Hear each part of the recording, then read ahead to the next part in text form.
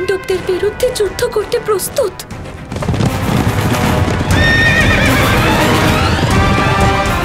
গুরু দ্রোণাচার্যের মতন একজন গুরুকে দেখো, যিনি নিজে পাণ্ডবদের অস্ত্র শিক্ষা দিয়েছেন, যিনি যুদ্ধের নিয়ম আর নীতি শেখালেন। আজ সেই গুরু নিজের শিষ্যদের প্রাণ নিতে প্রস্তুত। আর ওদিকে দাঁড়িয়ে থাকা দানবীর কর্ণকে দেখো,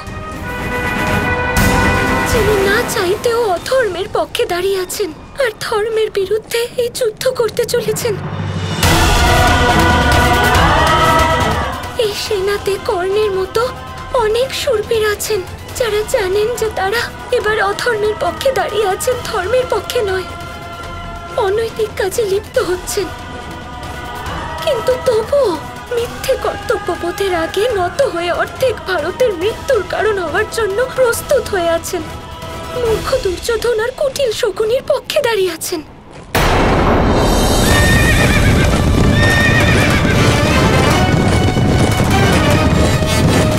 আর অন্যদিকে পাণ্ডবরা নিজের বিবেকের জোরে 7 অক্ষৌহিনী সেনা সংগ্রহ করেছেন।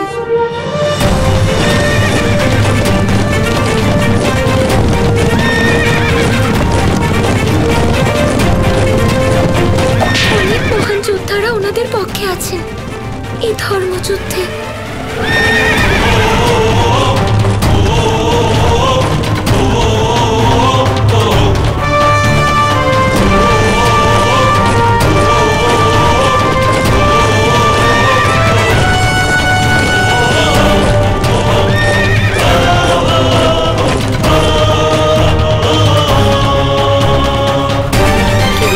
কিছু দেখেও দুর্যোধন থামলো না। মনে হচ্ছে সেই শেষ মুহূর্ত আসতে চলেছে। কি জানি কত ভয়ানক যুদ্ধ হবে, কত রক্ত বইবে, ভয়ানক নরসংহার হবে, ক্রূরতা আর হিংসার এই বিভৎস লীলায় মনে হয় প্রেম গৌণ হয়ে যাবে। সম্ভবত এই সংসার থেকে প্রেম লুপ্ত হয়ে যাবে। রাধা, বিধির এই বিধান আমাদের কারোর হাতে নেই। নিয়তির খেলা আমাদের কাছে অজ্ঞাত, কিন্তু আমি এটুকু জানি যে যখন বিনাশ আসে তখন একটা নতুন সৃষ্টির কারণ নিয়ে আসে। এই সব অধর্মীর অন্ত হবে, অর্থাৎ এই সংসার থেকে অধর্মের বিনাশ ঘটবে। এই যুদ্ধের পর শুধু সেই ব্যক্তি বেঁচে থাকবেন যিনি ধর্মের পথ অনুসরণ করছেন, যারা প্রেমের পথ অনুসরণ করছেন। আর তারপর সেই মানুষগুলোই প্রেমের এক নতুন অধ্যায়ের সূচনা করবেন। কিন্তু কৃষ্ণ, এই সৃজনের জন্য অনেক বড় মূল্য দিতে হবে। প্রায় অর্ধেক ভারতকে এই অধর্মের ঋণ মেটাতে হবে। রক্তের এই ধারা নিজের সাথে সংসারের অনেক কিছু নিয়ে যাবে। না রাধা, ধর্ম স্থাপনের এই মহান কাজে কোনো মূল্যই অধিক হতে পারে না।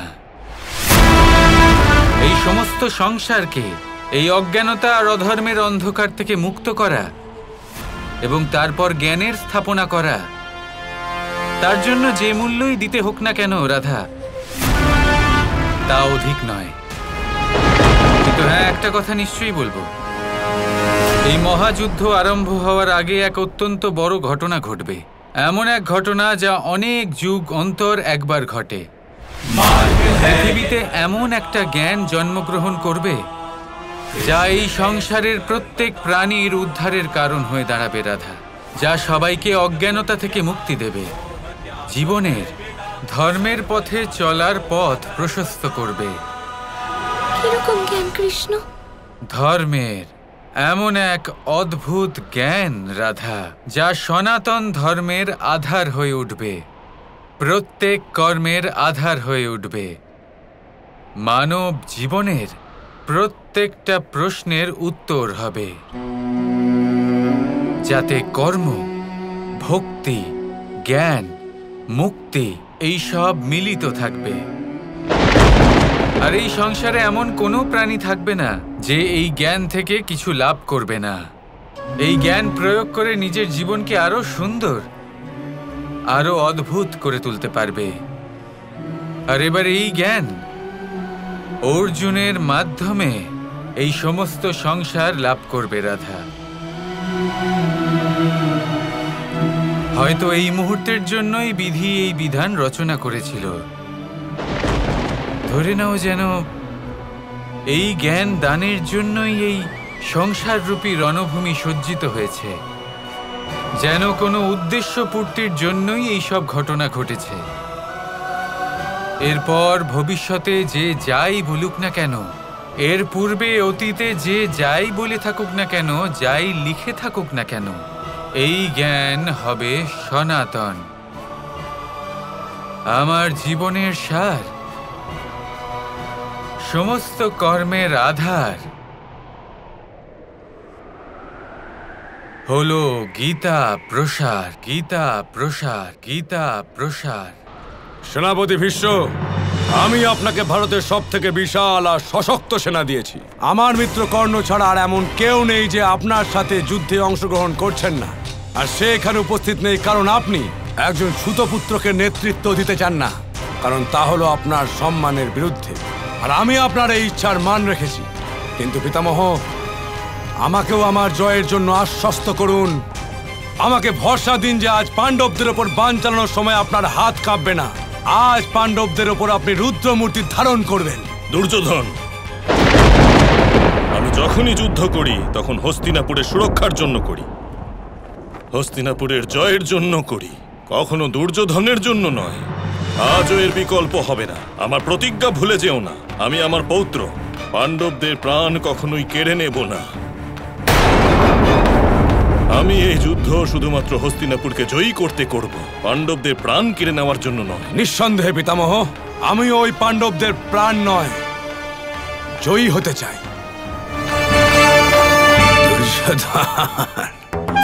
বিজয় লাভের পর আমরা পাণ্ডবদের প্রাণ কেড়েই নেব।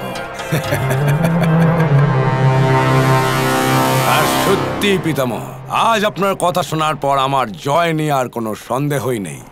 আমি আশ্বস্ত হলাম। নিজের এই বিশাল সেনা দেখো দুর্যোধন, এই সেনা দেখে তোমার কোনো রকম সন্দেহ হওয়া উচিত নয়।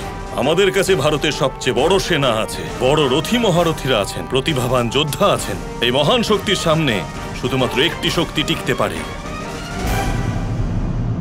আর তা হলো শ্রীকৃষ্ণ।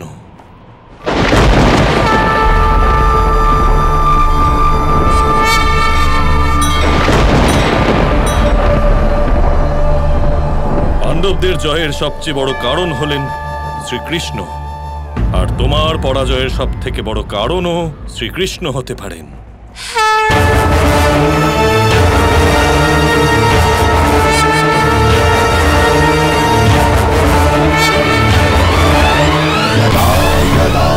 धर्मस्य ग्लानिर्भवति भारत अभ्युत्थानमधर्मस्य तदात्मानं सृजाम्यहम्।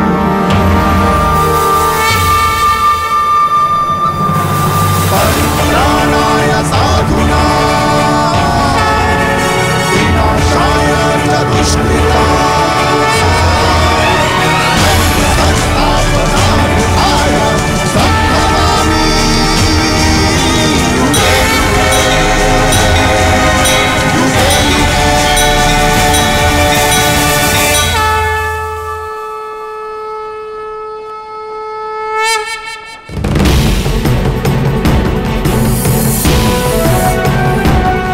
নিজেকে ছাড়া সবাইকে শত্রু বলে মনে করতে হবে, তা সে হস্তিনাপুরই হোক না কেন, আর তা সে আমিই হই না কেন।